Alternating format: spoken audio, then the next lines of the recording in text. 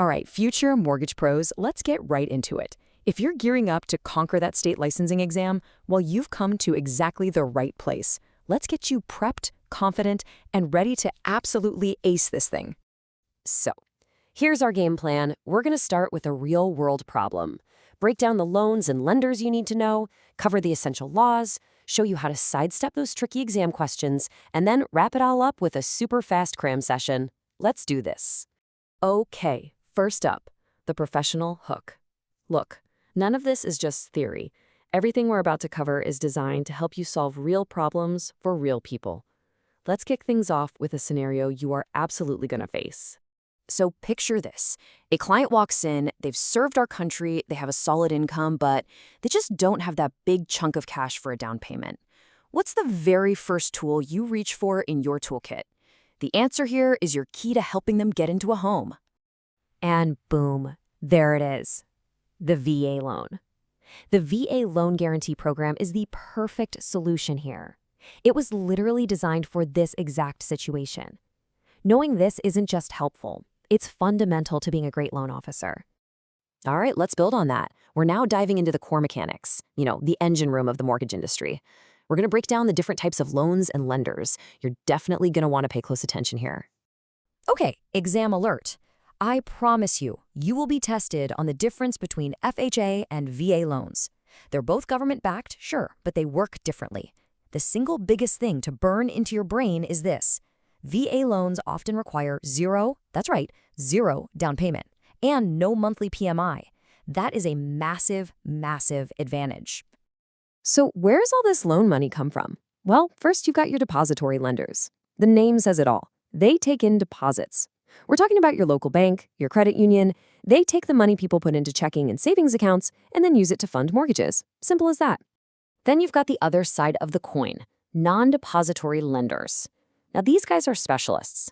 Their whole world revolves around creating mortgages. They don't have savings accounts or CDs. Their main job is to originate home loans, and they are a huge piece of the home financing puzzle. Now, this is so important. How do lenders keep lending money if they run out? They don't have an infinite supply. The secret sauce is the secondary market. See, a lender makes a loan, then they turn around and sell that loan to a giant like Fannie Mae or Freddie Mac. That sale puts fresh cash right back into the lender's pocket, letting them immediately turn around and make a loan for the next person in line. It's the engine that keeps the whole system moving. Okay, let's head into the terminology vault. These are the big federal laws you absolutely have to know. So, exam alert. Get ready because these acronyms are pretty much guaranteed to show up on your test. First up is ECOA. This one's foundational. It's all about making sure everybody gets a fair shot. Lenders just can't discriminate against people based on these protected classes. So the easy way to remember it for your exam, ECOA equals no discrimination. It's all about a level playing field. Next, we have TILA, which you'll also see called Regulation Z. So if ECOA is about fairness, TILA is all about transparency. It forces lenders to tell the truth about the loan. It's why borrowers see the APR and all the finance charges laid out so they can actually compare different loan offers. TILA just means no hiding the true cost. And rounding out our big three is RESPA. This law deals with the closing, the settlement. It demands clear disclosures of all the closing costs. But the biggest thing, the number one thing to remember about RESPA for the exam, no kickbacks. It makes it illegal to give or take unearned referral fees, which keeps the whole process honest. Okay, so you know the concepts, but what's really interesting is how the exam writers can twist them into these tricky questions. Let's go ahead and diffuse some of the most common exam traps you're likely to fall into. All right, read this one carefully. A borrower lies. They say, yep, I'm going to live here just to get that better interest rate for a primary residence. But they're secretly planning to rent it out as an investment property. So what kind of fraud is this specifically?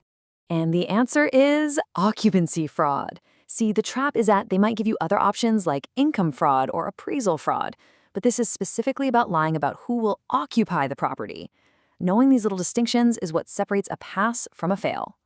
Okay, here's another area where the exam loves to trip people up, the secondary market. You've got Fannie Mae, Freddie Mac, and Ginnie Mae. They all sound kind of the same, right? But one of them has a totally different job. So which one is it? And this chart makes it crystal clear. Exam alert, this is a big one.